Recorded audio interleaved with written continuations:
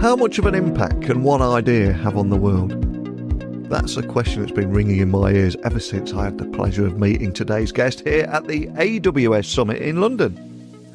Her name is Tessa Clarke. She's the co-founder and CEO of Olio, a platform that's been transforming how we think about waste, community and sustainability, one shared item at a time.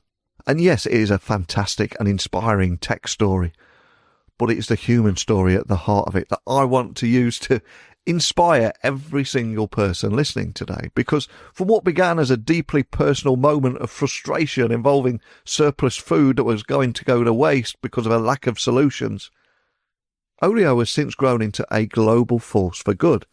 And there are some amazing stats here. From that simple idea, we now have over 8 million people that have joined the platform. More than 5 million items are successfully shared every month in over 60 countries.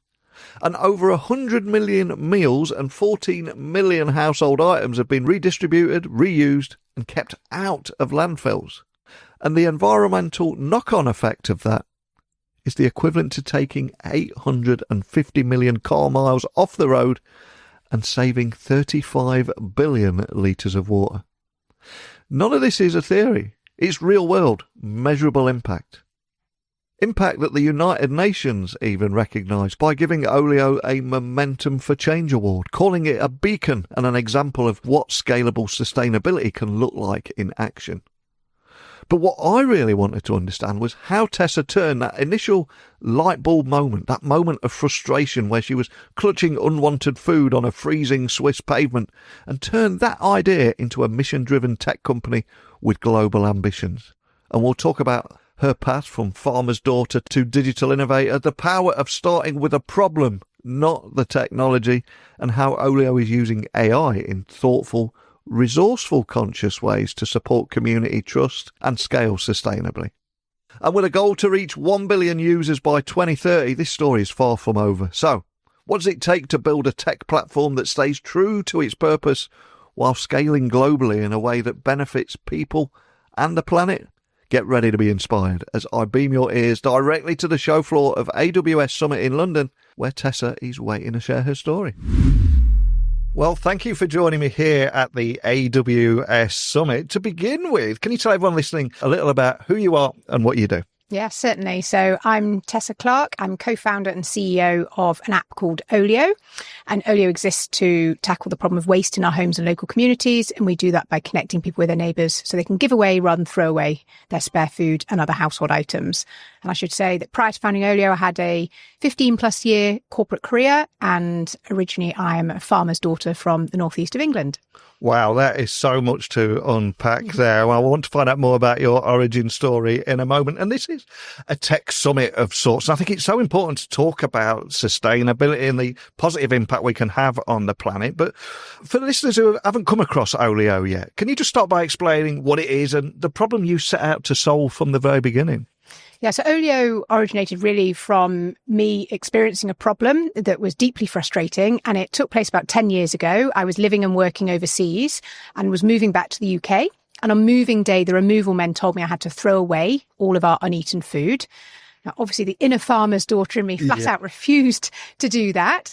And so instead, I set out into the streets with my newborn baby and toddler, clutching this food in the depths of winter in Switzerland, hoping to find someone to give this food to.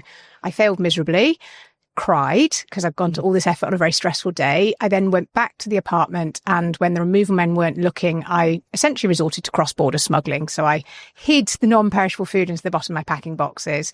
And that was when I just thought, wow, this is ridiculous, the lengths I'm having to go to avoid putting perfectly good food in the bin. And because I've been working in the digital space for over a decade at that point in time, I knew there was an app for absolutely everything. And I honestly couldn't believe it that there wasn't an app where people could give away their spare food so that a neighbour could request it and pop round and pick it up. So that was really the light bulb moment for Olio and what set me off onto my entrepreneurial and also sustainability journey. So many lessons in that story, because I think we all experience pain points in our life, do nothing about it, maybe complain about it, but you've gone out, created a solution. So how did you go there from that idea, that light bulb moment to, okay, what tech do I need? How do I build an app? Yeah. It sounds incredibly easy, but I'm sure it wasn't. So tell me about that journey. Yeah. Well, I think you're absolutely right. Just quickly before I do that, you hit on something really important there, which is that I think a lot of people want to be entrepreneurs, but we spend too much time looking for an idea. And instead, I'd say actually forget about the idea. Instead, just really kind of open your eyes and focus on finding a problem that you're really passionate about solving.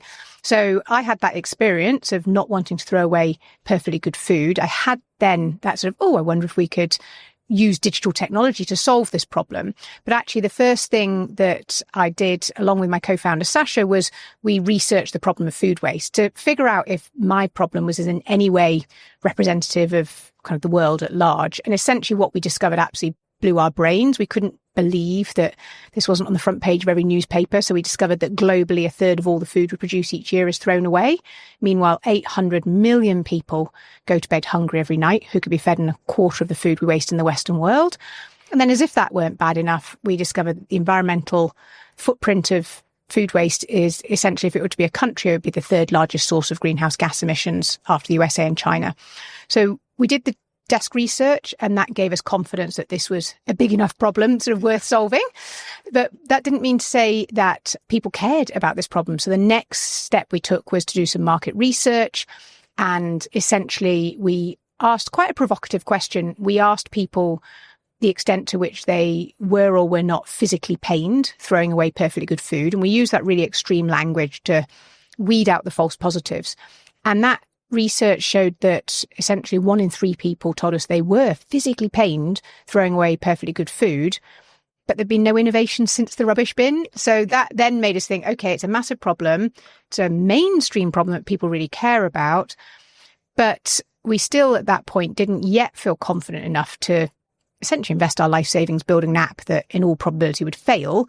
So we thought, well, how can we kind of de-risk this a little bit? How can we test the core hypothesis, which is that we can use digital technology to connect strangers to share food in real life? And what we did was we ran a proof of concept experiment, essentially using WhatsApp. So we invited 12 people who had completed the market research survey, lived close to one another, didn't know each other, but were all physically pained throwing away good food. And we said, hey, it's a bit weird, but do you mind taking part in a 2-week experiment? Pop you on this WhatsApp group, people who live near you. And if you have any spare food, someone might want to pop around and pick it up. And sort of fast forward to the end of those 2 weeks, we had lots of food items successfully shared. And when we debriefed with all those people, they said to us, you absolutely have to build this. It only needs to be slightly better than a WhatsApp group. And, how can I help? How can I get involved? So that did then give us the confidence to go ahead and build an app. And there's so many lessons in your story there, because I think over the last 3 years, many large enterprises have started with technology first, like AI, and then 2 years down the line, well, where's the ROI on this? Because they went tech first, not problem first. You, on the other hand, started with the problem first. The idea came from that problem, and then you looked at how technology could solve that. And as a result, from that light bulb moment, you've built a community of more than 8 million users scattered around the world. So what have been some of the biggest challenges and some of the learnings in scaling both the tech and the trust from your community too? I think with regards to the tech piece, one of the most important learnings we had was actually through doing that proof of concept via WhatsApp, because those participants gave us some of the most valuable advice we've had on this journey, which was essentially don't overcomplicate it. Yeah. They said to us, it only needs to be slightly better than a WhatsApp group. Now, prior to that, we'd drawn up all sorts of wireframes. We thought, well, we're connecting strangers to share food. Surely we must have to have user ratings and user reviews and ID verification. And then we just stripped all of that out because we realized that's not slightly better than a WhatsApp group. That's a lot better than the WhatsApp group. So we got rid of all the bells and whistles. And that, I think, is a really, really important learning, is you do just need to launch with the most streamlined version of your product. And then when your users give you feedback and when you hear them sort of banging the door down about this particular piece of feedback and you hear it over and over and over and over again, that's enough of a signal from the market that actually now the time has come to invest in building that product feature or that capability. And if we take the example of user ratings, we didn't actually end up putting those into the app until about 2 years into our journey, because honestly, it wasn't the next most important thing that our community wanted from us. So I think sort of evolving the technology has been one of the core learnings for us. Of course, you're incredibly passionate about sustainability. That comes across in our conversation today. And we're in the middle of a tech summit, a tech conference that's talking about AI, which maybe has a few sustainability challenges around that as well. Where do you stand on that balance between leveraging technology and the sustainability issues around that? Yeah, so we have had some really difficult and uncomfortable conversations internally about this, because I've now been working on the Olio problem for a decade now. And in that time, I've seen lots of trends come and go, but I've never sort of leapt on anything because I didn't believe that it was more than something that was niche or something that was perhaps a bit of a passing fad. Whereas it was very, very clear to me from the beginning that AI is just a complete paradigm shift. Yeah. It really is. But it does have some really, really bad, as they would say, negative externalities in terms of the energy use and the water consumption. And we were quite rightly or being challenged sort of by our team on this. And, some people said, I don't think we should use AI at all. How can we be a sustainability company and use AI? They're at odds with one another. So what we did was we actually kind of went back into our own carbon emissions tracking data. And when we look at the Olio operations, we generate just sort of 5% of the emissions that we are kind of avoiding as a company. Yeah. And so we had that conversation and said, well, let's imagine, and that's all of our emissions from all of our work. So all of our servers and all of our home working and all of our emissions.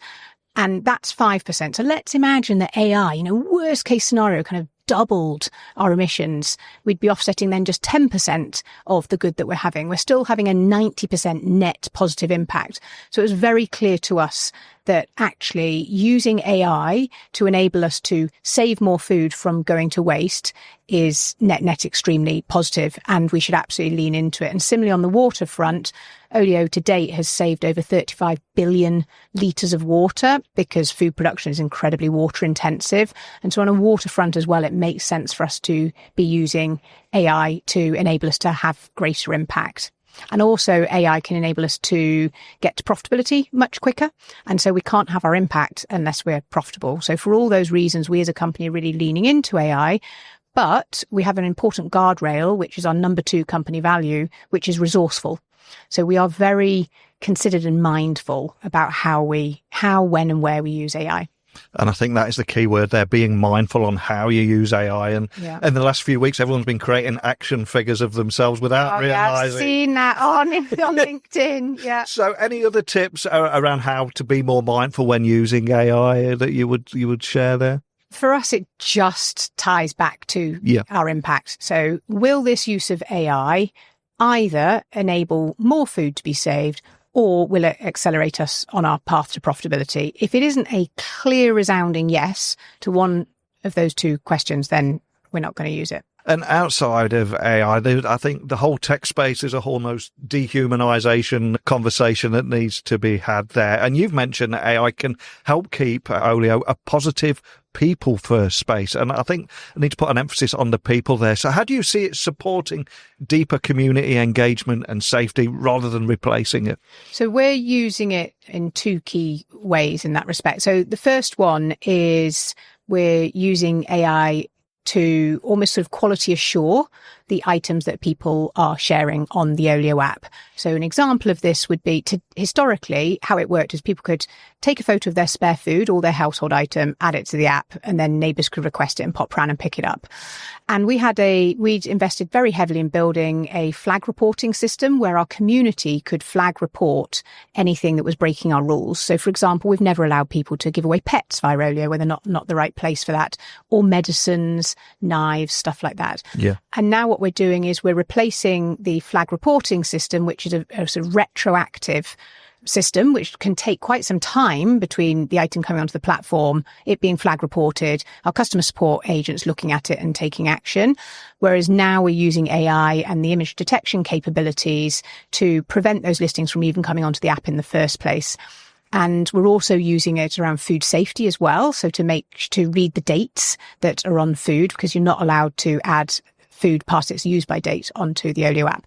So we're using it to make sure that our rules are being enforced with regards to what can and can't be shared. And that immediately actually removes quite a lot of friction from our community, who will often fall out with one another, where some people know what the rules are and some people don't.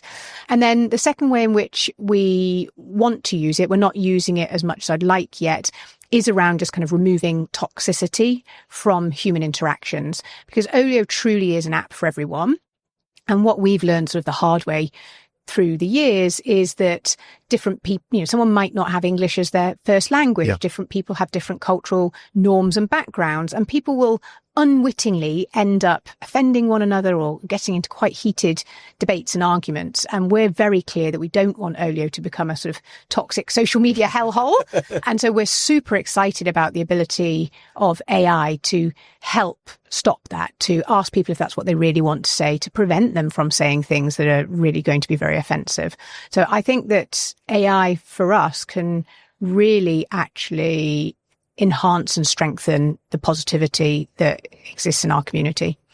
Of course, half the reason we've bumped into each other here at the AWS Summit is that AWS has been a key tech partner from the beginning. So Can you share a little bit more about how that infrastructure has helped you scale sustainably? Because I know that is incredibly important to you. And also, what tools have been most valuable to you? Because there's so many tools announced here at a conference, but I'd love to know more about what you find valuable. Yeah. So we've worked with AWS from day one. To us, it's always just been an obvious, natural choice. You mentioned tools. We think of AWS as being a little bit like having just a sort of limitless toolbox, and you can just dip in. You just have to work with one provider and take whatever tools you need out of the toolbox when your business is ready for that particular tool. So we're not having to think about switching providers as we scale. We can just scale seamlessly with the same provider, because honestly, we don't want to spend our time worrying about sort of scaling our tech. We want to spend more of our time thinking about how we can deliver better product to our customers.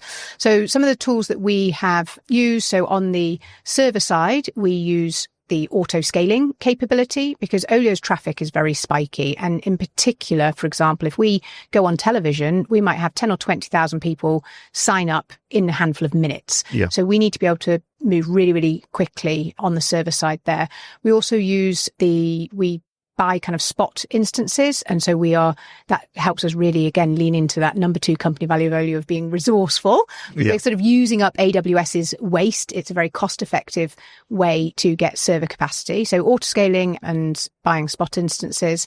We use CloudWatch to check our server health and performance, but not just that. We also use it for alarming around core business KPIs. So if, for example, we were to suddenly see the number of listings on the app drop or the number of pickups take place, that would then alert us. And so we can dig into that and find out what's happening. And then another tool we use is Elasticache. So we are often having to pull quite sort of data heavy information to display in the app. An example of this would be we show people their impact data. So this is how many items of food and household items you've shared. This is how many people you've shared with. This is the carbon impact. This is the water impact, all that kind of good stuff. And essentially we use Elasticache to kind of make those calculations on the basis of cached data. And that enables us to deliver that information to the end user in a really fast and smooth and seamless way. Well, what I love about your story is how you've gone from a farmer to a founder almost, and used technology to make a real difference, and how that light bulb idea has grown into what it is today. And you're not stopping there. Before you met me today, I was reading that Olio has ambitious goals to reach 1 billion users by 2030. So you're thinking big here. So I've got to ask, what role will AI and other emerging technologies play in that journey? And how are you planning to keep that platform mission driven as you continue to grow? Yeah. So AI it's just going to be fundamental for us. We've covered off in terms of how we use it with regards to QA on the platform and toxicity. We're also using it in the product. So we've developed a tool called AIify, which makes the process of adding a listing to Olio really seamless and fun. So you just have to snap a photo and you don't then have to fill in all the details. And there are different modes that you can use. So we've got a sparkly mode, which kind of jazzes up how you do your listing description. So we'll continue to use it for kind of platform and product. We're also then leaning into AI in terms of our engineering team and how can we harness AI to increase their productivity. And this is an area that we're experimenting in, like many other startups. I would say that originally our approach was one which was almost sort of putting the responsibility on everybody in the engineering team to be embracing AI and experimenting with it. What we've recently started to do is take a slightly different approach, which is actually let's peel off a group of sort of hunters, I guess, if you like, for want of a better word. We'll keep the farmers doing the really, really important work of sort of keeping the main ship sailing. But the hunters, we've just noticed there are people in our team who just have that different mentality. They have a different approach to exploration, experimentation, failure. They just can't help but stop themselves. They just want to play an experiment. So rather than expecting the whole company to do that, we've just got those folks doing it. And then there's a really important kind of social contract really between those hunters and the farmers about the sharing of the information value. So I'm really looking forward to starting to kind of yield the fruits of that approach to improve our engineering productivity. And then, we're sort of using AI across all aspects of the company's operation. So like any startup, we're like that sort of proverbial swan or duck, which looks like it's swimming ever so gracefully, but underneath the hood, there's all sorts of sticking plasters and just horrific, mind-blowing inefficiencies everywhere. And AI can really enable us to start to eliminate some of those. And so for the first time ever, I can see a path forward where we can disconnect the growth in our impact from the growth in our headcount, which means that we can get to profitability faster. So I think AI is going to be absolutely crucial for that. And at the end of every tech podcast, I always say technology works best when it brings people together. Yeah. And you've gone from having this simple idea to a dream of reaching 1 billion users by leveraging technology. So for anybody listening, maybe they've got their own idea here. And 10, 15 years ago, they claimed to have the idea for Uber, but did nothing about it. Yeah. What advice would you give to a wannabe tech founder who wants to build a purpose-driven company that can scale without losing their soul? Because I think your story will resonate with so many people around the world. So any advice on that? Yeah, I would honestly say that with the advent of AI, the barriers for becoming a tech founder have gone from, previously they were high. And then I would say in the last decade or so, they became low. Now they're just non-existent. There are zero barriers to stopping anybody. And so the most important thing I'd say is just get started, start using the AI tools yourself and get some form of product into the hand of some form of user so that you can get real feedback. Because I see far too many people who spend just months, if not years, in their ivory tower, perfecting, polishing, refining this idea or the business plan. And you've just got to get that business plan sort of hitting reality as quickly as possible, because you'll quickly realize that that business plan was just made up and it was not going to work. And you're going to need to pivot really, really quickly and respond to what the market's telling you it needs from you. Yeah, I always say version 1 is always better than version none. Yeah. Exactly. But obviously we're here at AWS Summit. Before I let you go, when you take that journey home this afternoon or later this evening, what are you going to be taking away from the event? What are you going to be thinking about after everything that you've seen and heard here? Well, it is just absolutely mind-blowing to me. I was asking as I was walking over to this booth, I said, how many people are going to be attending this event? And I think they said they're hoping for about 24,000 people. Wow. Which is absolutely, for a one-day event, and the energy, I mean, thank goodness for the sound blocking in this booth, but the energy out there is absolutely electric. So I really do get the sense that, this feels like sort of when cars first started coming to the streets of London or New York. This feels like the same for our generation. It's a really, really exciting time to be alive. We are living through history. And as I look out here, I can see that the history is being made in front of our eyes. And I think that is a powerful moment to end on. But before I do let you go, anyone listening wants to find out more information about Olio, maybe they want to get involved, find out more information, keep up to speed with the developments. Where would you like to point everyone? Well, I would definitely encourage everybody to download the app. So from Google Play and the App Store, and just kind of get going, add a listing and see what happens. The magic is in actually less the technology and more kind of the doorstep connection that takes place. And you can follow me on LinkedIn, and our website is olioapp.com. Awesome. Well, I will add links, everything, to make it nice and easy for everybody listening and watching today. But I think I've done nearly 3,500 interviews, and this is one of those stories that will stay with me for a long time. Just going from an idea to scaling to something that could reach 1 billion people. It shows that everybody watching and listening can make a difference. And that is a powerful message to deliver. Thank you. Thank you. As we wrap up this special episode from the AWS Summit, I'm reminded that the real power of technology lies not in its novelty, but in its ability to reconnect us to our neighbours, our communities, and our shared responsibility to the planet. And I think that Tessa's story is a blueprint for anyone who's ever spotted a problem and dared to do something about it, even with no technical knowledge. And Olio didn't start with a grand tech plan. It started with a deeply human moment and a refusal to accept waste as the default. And from that moment, it's grown into a thriving platform supported by AWS infrastructure with AI-powered features and, most importantly, a community of millions working toward a common good. And at a time where buzzwords like AI often outpace real-world application, Tessa offered something refreshingly grounded today. Use AI when it helps you serve people better, and ignore it when it doesn't. Focus on impact, not just innovation. It's a mindset that so many companies around the world could benefit from. So let me ask you, what problem are you passionate about enough to want to solve? Could the solution already be within reach if you simply started, however imperfectly? As I said in our conversation, version 1 is better than version none.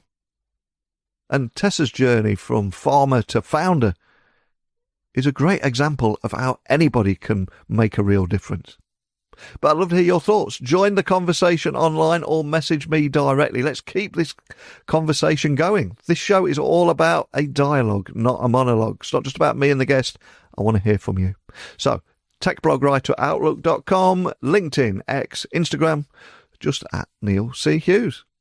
And please remember, if you enjoyed today's conversation, Tech Talks Daily is one of 8 different podcasts that I host as part of the Tech Talks Network. techtalksnetwork.com. You'll find 8 podcasts that drill into different niche areas into enterprise technology. And let me know your thoughts on that. But as always, thank you for listening. Remember, even small ideas in the right hands can change everything. Speak with you all again soon. Bye for now.